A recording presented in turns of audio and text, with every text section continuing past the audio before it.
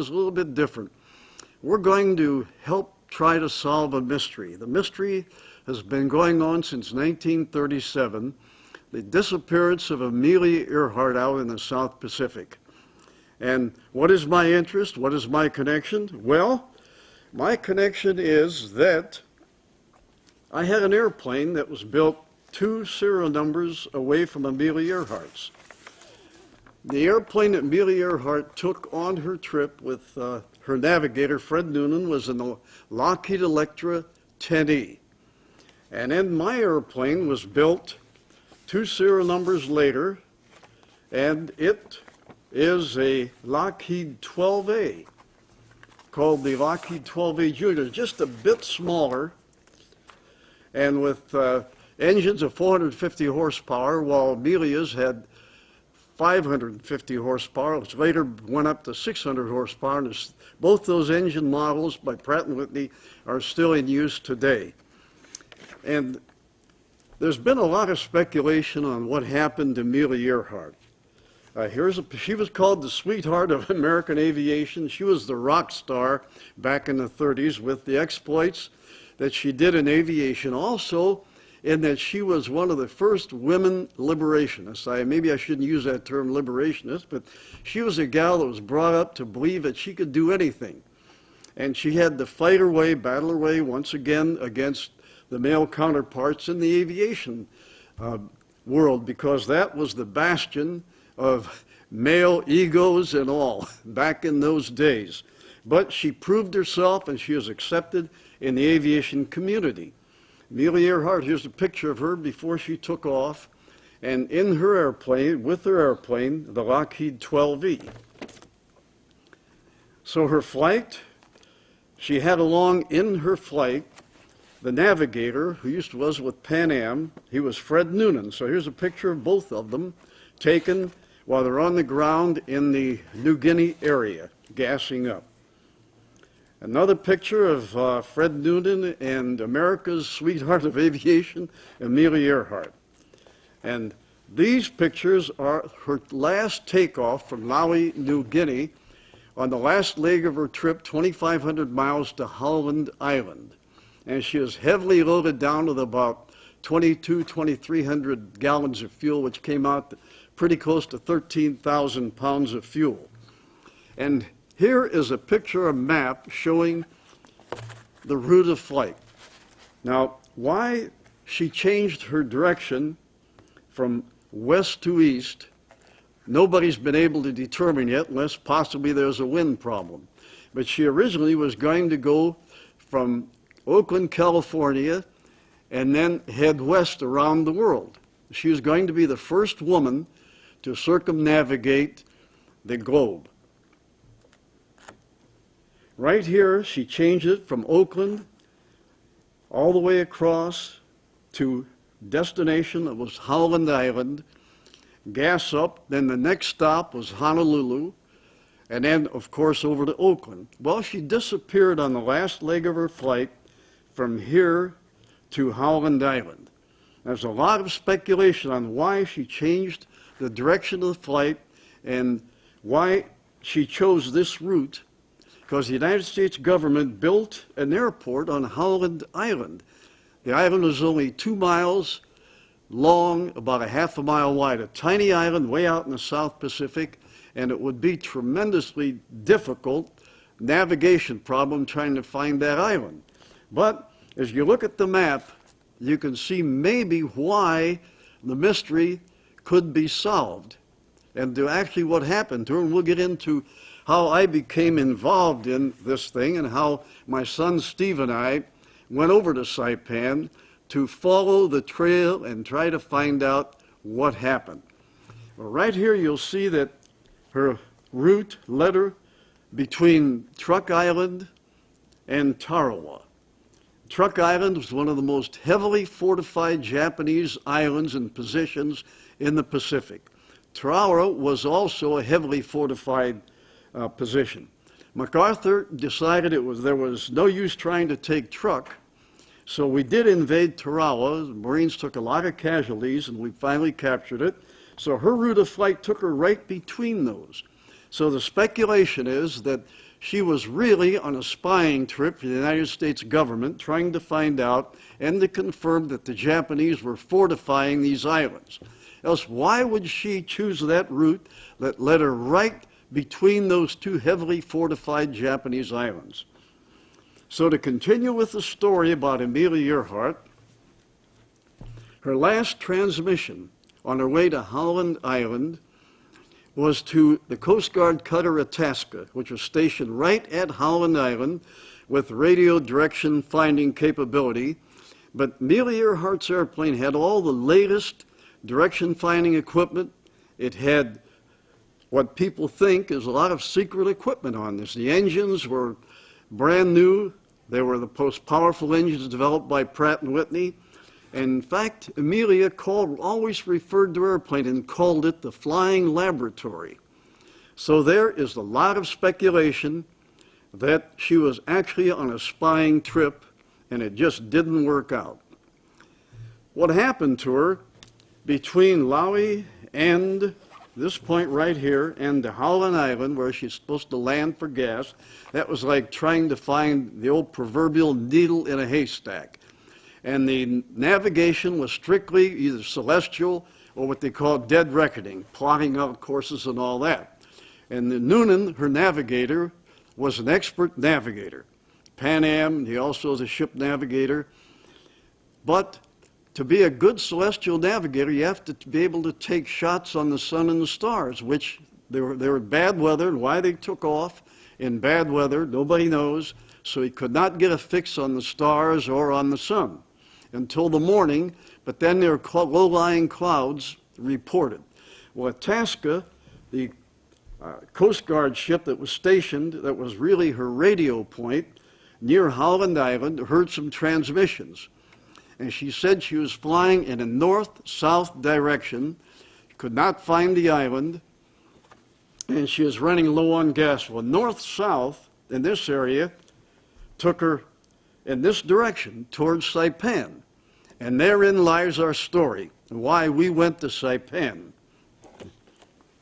I can go on now to a very interesting conversation I had with this gentleman, John Gasick, who is chief of detectives at Garfield Heights. He came into my office one day and we started talking. The subject of Amelia Earhart came up, and he brought it up. And he told me the story of how a friend of his heard about a young man in Cleveland, I can't mention names other than John Gasick right here, who was a Marine on Saipan Island during the war. The island had been secured, but this is in 1945. This Marine and his buddy were up in the hills. They're looking for caves where the Japanese soldiers were entombed, looking for souvenirs. They saw this huge coastal gun. They went up and got on top of it and looked around down into this depression or valley, and they saw this twin-engine aircraft, silver twin-engine aircraft, tied down. And they asked the major, his commanding officer, about it. The man told him, keep quiet, don't say anything. I order you to keep quiet. So he forgot about it, but he mentioned it to this young man was from Cleveland. When he got back, years later, sometime in the 60s, he mentioned it to another man. Then the story began unfolding, and John Gasick organized an expedition to Saipan in 1968 to pursue the leads. One of the leads was that when the airplane landed in Saipan, and here is a map of Saipan, and it's supposed to have landed on the beach, which was right here. And I've been there. My son Steve and I stood on that beach, and there is room, plenty of room to land an airplane. And the native on the island, the Chamorros, they're the indigenous people to the islands. There were 3 or 4 children and some adults that saw this airplane go over. In fact, one was a Japanese woman, a Mrs. Akiyama, who wound up living in San Mateo, California. She's gone now. And she said she saw this silver airplane fly over. She was a dental assistant to the Japanese Army on the island of Saipan.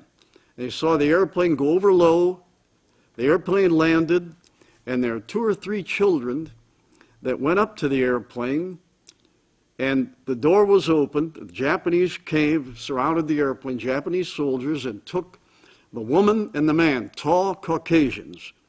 So that fitted Amelia Earhart and Fred Noonan's description. They looked in the airplane, and they described later to investigators exactly what was inside that airplane. So what happened?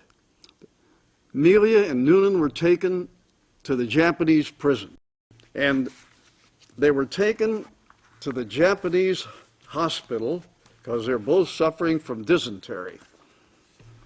And Amelia Earhart was put into this, and nobody knows what happened to Fred Noonan. But there was and here is the prison that they're put into. There's a long row of concrete cells. Here's another shot of the prison.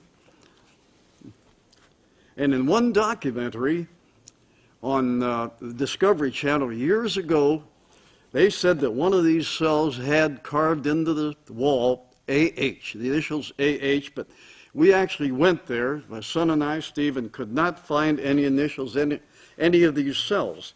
Here's another picture of the prison block where Noonan and Amelia Earhart were supposed to have been kept. And they're overgrown, but they're out in the jungle, and we had to kind of find our way to them because the Chamorros do not like strangers. They've been overrun by the Germans and the Japanese, now the Americans. The Americans brought them back to the islands, and they're very close-knit people. And the Chamorro children that saw these people had another story to tell. The one young gal was going home from school one day. She's 11 years old, and the story was corroborated by Mrs. Yakimana, the woman who was a dental assistant for the Japanese. And this young gal was going home from school, and she saw a Japanese car come up, and soldiers got out, and 2 Americans were pulled out. She called them Caucasians. They were taken out of the military vehicles or surrounded by guards and marched to the cemetery. Now the cemetery is Luyang Cemetery in Saipan. There's a picture of it, a picture of a statue of Jesus. There's the jungle has overgrown it. And the cemetery is still there, but it's buried so deep in the jungle now that we could not really get close to it. But the fellows back in '68 from Cleveland, 5 of them went to the island, and they were able to find the cemetery, which was not overgrown that much yet. And the young gals who saw what happened led them right to the cemetery. So they told the story of these people being led to an open trench, made to kneel, and beheaded. Their bodies were kicked into the hole in the ground, and then gasoline was poured on top, and they're set on fire. And this young gal led these 5 guys from Cleveland right to the spot and right to the grave.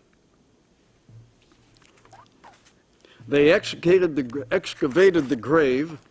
They used a screen, and they dug up as much as they possibly could. So some of the things they found were startling. They found dental pieces of teeth, dental apparatus. There's a bridge, and we were told that, and they also said the dental bridge was made up for a woman with a horse jaw. Well, Amelia she's a beautiful woman, but she still had a prominent jaw. And back in the old days, they referred to it as a horse jaw. Then, these are some of the bone fragments that were dug up. These are the bigger fragments. And of course, DNA testing back in '68 was just not in the picture. So the bone fragments were sent down to Ohio State University to be analyzed by the foremost forensic man in the country, on bones and that sort of thing.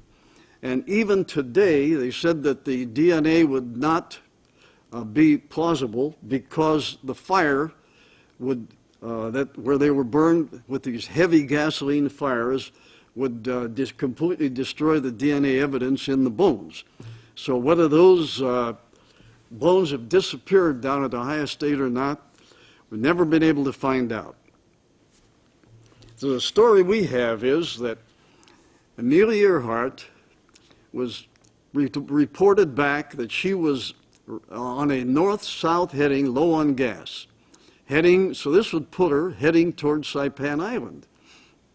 So that's the theory, that she landed on Saipan, was taken in custody by the Japanese, questioned, and then accused of being a spy. When she landed on Saipan, and this was corroborated by witnesses, that the Japanese, she says, "Where are we?" And the Japanese officers said, "You know where you are."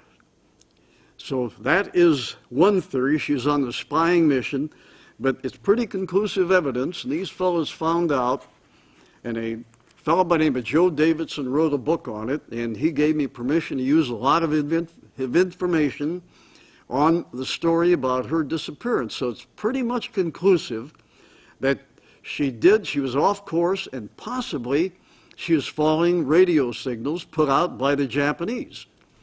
Or possibly she was on that north heading towards Saipan, and she landed there, and that was the end of it. And the other theory is, and this was proposed here just possibly a year ago by a company that, named Nauticus. And they think that she went down around the island of Nakamura, trying to pronounce that one, and it's a small island north of Holland, and that she landed there in the water, and the island is uninhabited, and that they died as castaways on that island. Now their witnesses say they saw an airplane crash there.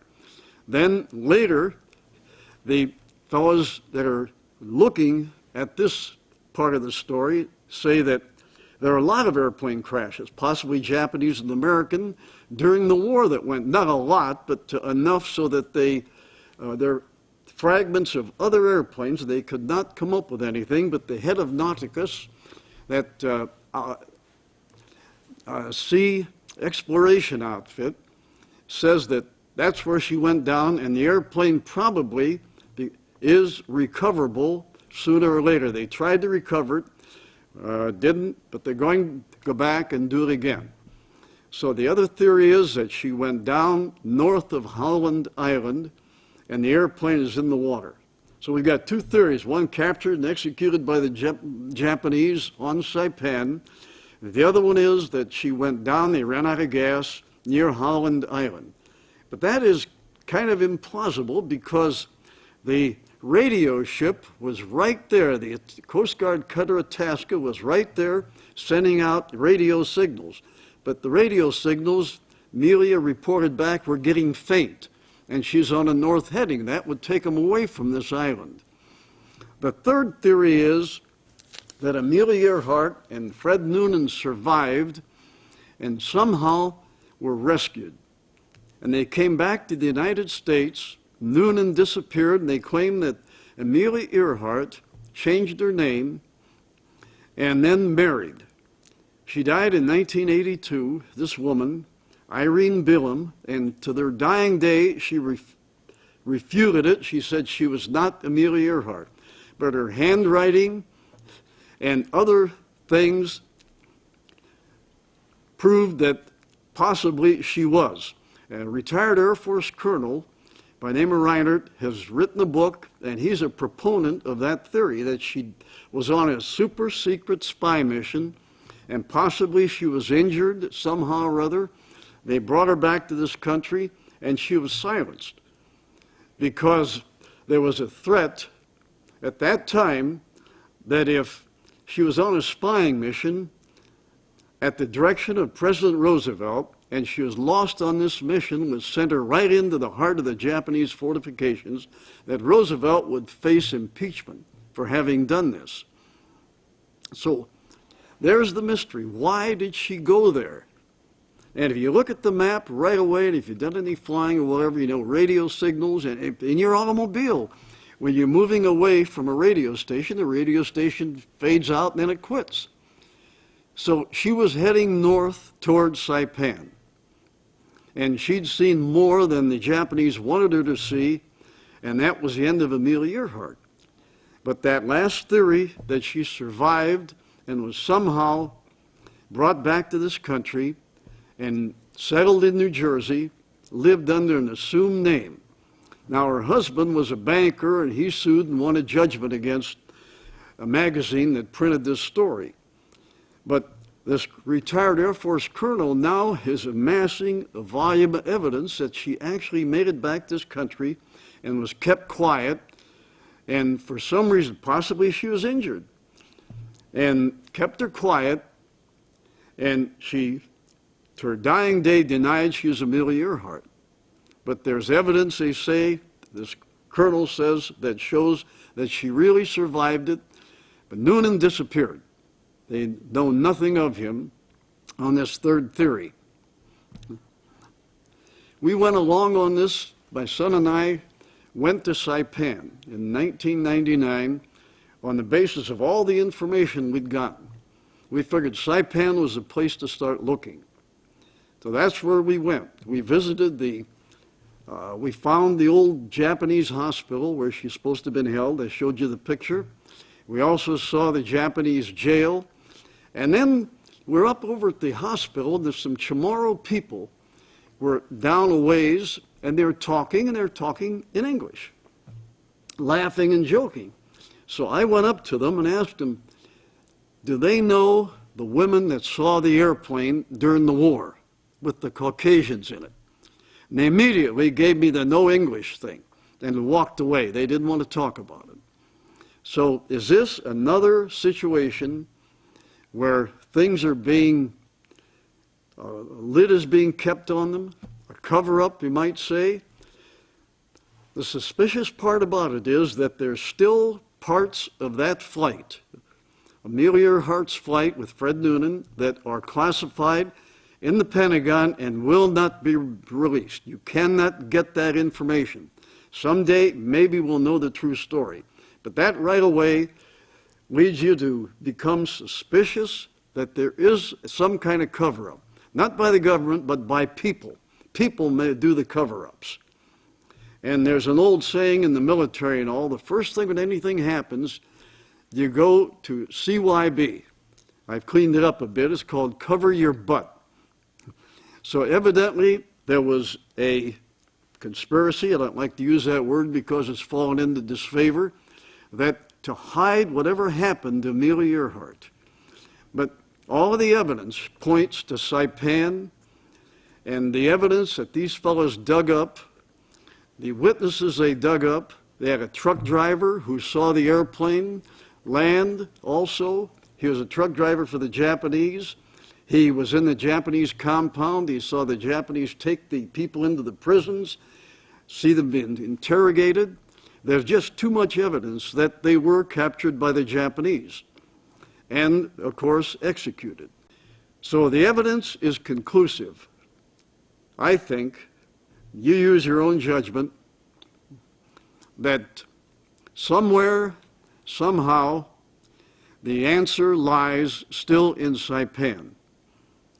And that grave has been discovered, and of course it's been excavated. As I showed you the bone fragments, they were sent down to Ohio State. Now it'd be interesting to find out. Also, the pieces of the airplane, of an airplane, were discovered by these fellows on Saipan Island, and the aluminum was taken to Alcoa for analysis. And Alcoa actually said yes. This was part of the shipment of aluminum that was sent to Lockheed at the same time her airplane was being built.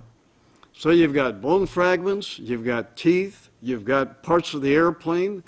The metal is certified by Alcoa as having been part of the batch that was sent to Lockheed when her airplane was being built. Well, folks, there you have it. Which theory do would you want to go for? The theory that she landed on Saipan, was captured by the Japanese and executed, she and her navigator Noonan? Or did they go down around an island north of Holland and the airplane is still in the water? And Nauticus, the fellows at Nauticus, a deep sea exploration outfit, claims they're going to find the airplane. The third theory is that she made it back this country and was silenced.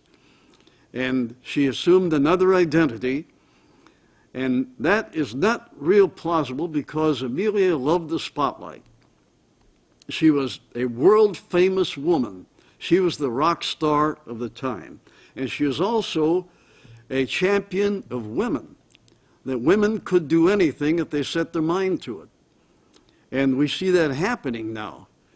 But unfortunately, a lot of what Amelia Earhart stood for has been lost. Of course, the younger generation, these things should be brought back, that she did more than just was a famous flyer and was lost out in the South Pacific. She was an inspiration to hundreds and thousands of young women who took up aviation, and she led the way to women now as captains on airliners, women flying jet fighters, women flying big bombers and transports in all phases of aviation. Take your choice. Which one do you believe? And thank you for being with us, and we're going to present more of these stories.